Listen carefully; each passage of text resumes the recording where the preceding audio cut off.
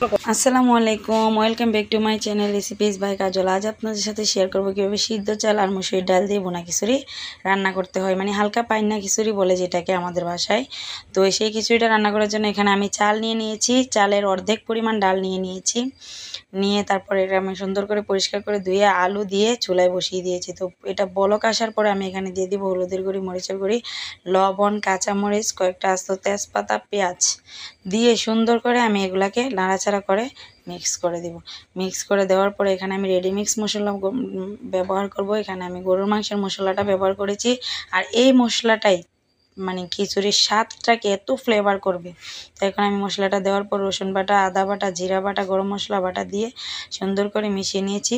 সিদ্ধ হওয়ার পরে চালগুলোকে আমি নামিয়ে এক সাইডে সুন্দর করে রেখে দিয়েছি। যখন এক সাইডে সুন্দর করে আমি চালগুলোকে রেখে দেওয়ার পরে ওগুলা এখানে আমি আলাদা একটা কড়াইয়ের মধ্যে 4-5টা পেঁয়াজ দিয়ে তেলটাকে সুন্দর করে লাল লাল করে নিব। পেঁয়াজটা হালকা নরমে আসলে আমি এখানে দিয়ে দিব হচ্ছে 2 চা চামচ রসুন বাটা। আপনারা আপনাদের পরিমাণ মতো দিবেন। তো রসুন বাটা দেওয়ার পরে এখানে দেখতেই পাচ্ছেন রসুন বাটাটা যখন হালকা লাল হয়ে আসবে তখন আমি এই পর্যায়ে আদা বাটাটা অ্যাড করে দিব। না তো আদা বাটা পুড়ে গেলে কিন্তু তরকারিটা টেস্ট হবে না, আর খিচুড়িটা টেস্ট হবে না খেতে।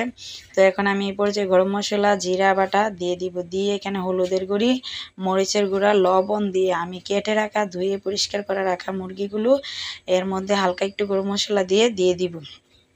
তো দেখতে পাচ্ছেন মুরগিগুলো আমি কত সুন্দর করে ছোট ছোট করে টুকরো করে নিয়েছি আগে থেকেই। তো এই মুরগিগুলোকে এখন সুন্দর করে কষাতে হবে। তো এই মুরগিগুলোকে এইভাবে নেড়ে চেড়ে সুন্দর করে মশলাগুলো মিশিয়ে দিতে হবে। মিশিয়ে দেওয়ার পর ঢাকনা দিয়ে রেখে 20-30 মিনিট রান্না করে নিতে হবে। যেহেতু এটা ব্রয়লার মুরগি, সিদ্ধ হওয়ার জন্য একটু সময় লাগবে, আর মশলাগুলো সিদ্ধ হতে বেশি সময় লাগবে না, বাট মশলাগুলো ভিতরে ঢুকতে হবে।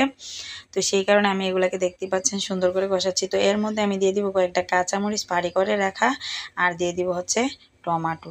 তো দেখতেই পাচ্ছেন আধা ঘন্টা কষানোর পরে আমার কষানোটা এত সুন্দর হয়েছে, আর ঘ্রাণটা এমন আসতেছিল, খুবই লোভনীয়। তো আসার পরে এখন দেখতে পাচ্ছেন আমি খিচুড়ির মধ্যে এগুলো সুন্দর করে ঢেলে দিয়ে মিশিয়ে দিব।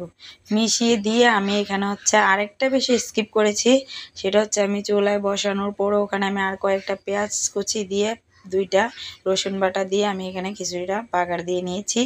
এই পর্যায়ে এই বাগারটাই খিচুড়ির ফ্লেভারটা অন্যরকম নিয়ে আসবে।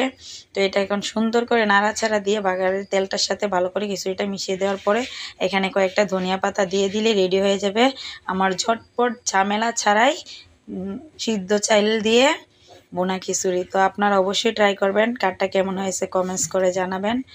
আসসালামু আলাইকুম, সবাই ভালো থাকবেন, সুস্থ থাকবেন, নিজের যত্ন নেবেন।